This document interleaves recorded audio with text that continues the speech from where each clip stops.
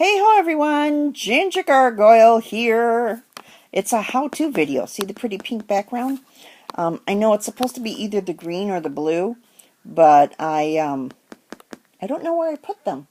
I still haven't found them yet, and we're going to be opening up the cabin here in about another 2 months, so, well, another month and a half, because it'll probably open up either the very last weekend in April or the very first weekend in May, so you're going to see a bit of a change. But I've been having a heck of a time figuring out what to do for my how-to this week, because, as you know, I have been doing the series on the gold press and foil machines. And the next thing I was going to do is the special dies that both cut and foil. They actually cut, emboss, and foil. Okay. They're really nice. But I really haven't had time to play with them. So trying to show you guys how to use them is going to be kind of iffy. And, well, it's almost 4 o'clock in the morning here where I'm at. Let's see, it's 3:48. And so I'm getting a little tired. Oh, there's my hubby.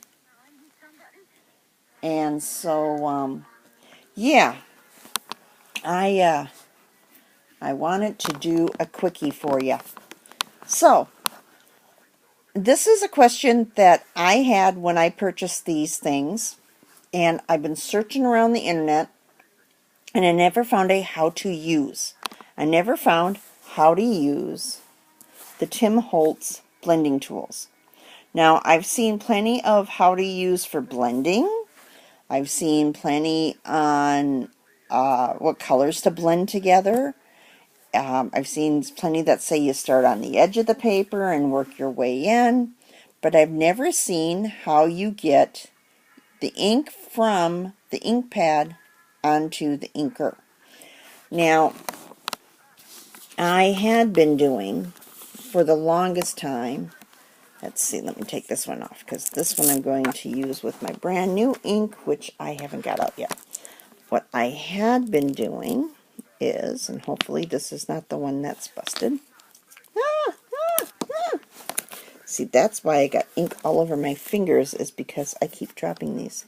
What I had been doing was this, and bouncing up and down, because that's what I saw other people doing, was bouncing up and down, and then they come in, and then they try to ink.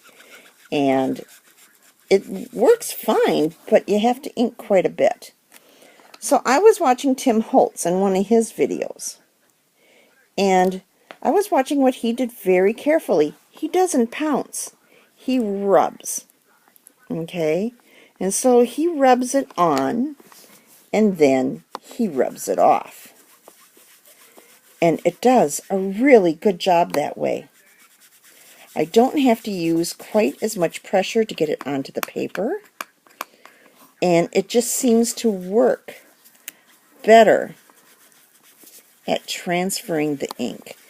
And I've noticed that I don't get quite as many harsh lines. I think I may, see, my thing's not staying still.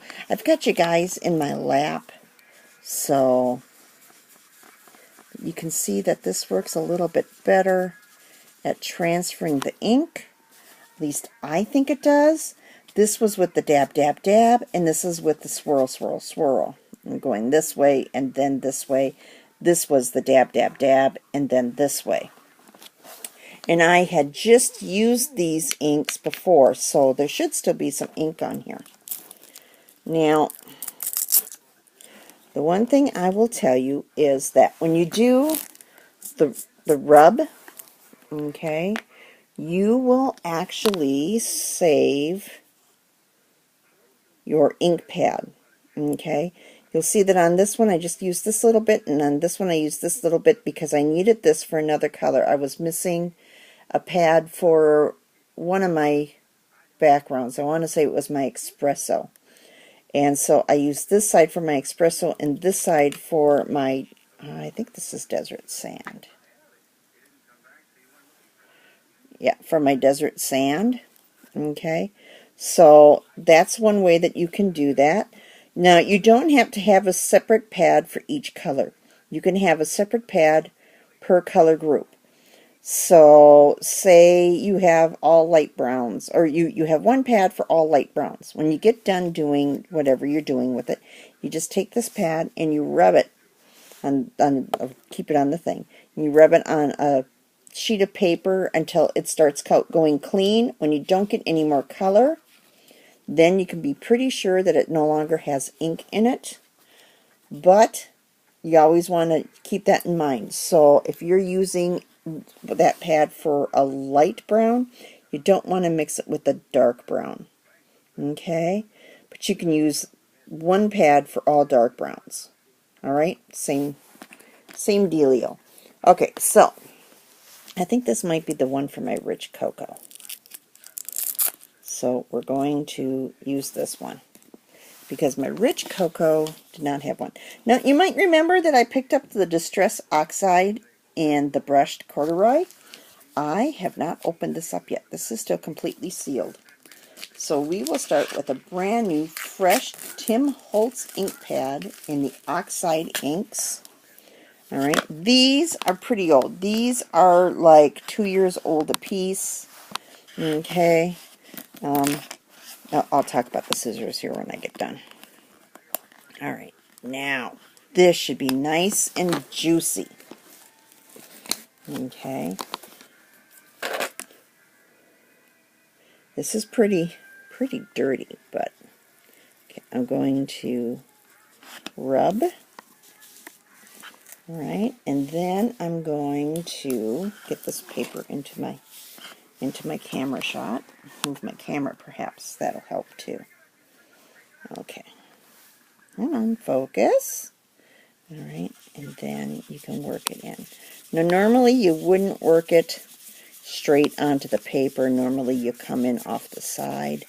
Ooh, these blend really nice. Okay. And then I'll do a dot, dot, dot, dot, dot. And do this one right underneath.